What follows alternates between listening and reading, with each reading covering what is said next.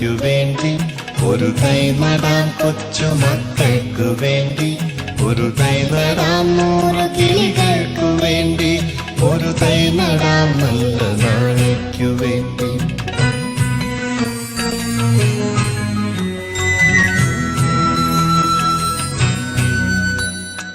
ഇത് പ്രാണവായുവിനായി നടുന്നു, ഇത് മഴയ്ക്കായി തൊഴുതു നടുന്നു. ഇത് പ്രാണവായുവിനായി നടുന്നു, ഇത് മഴയ്ക്കായി തൊഴുതു നടുന്നു.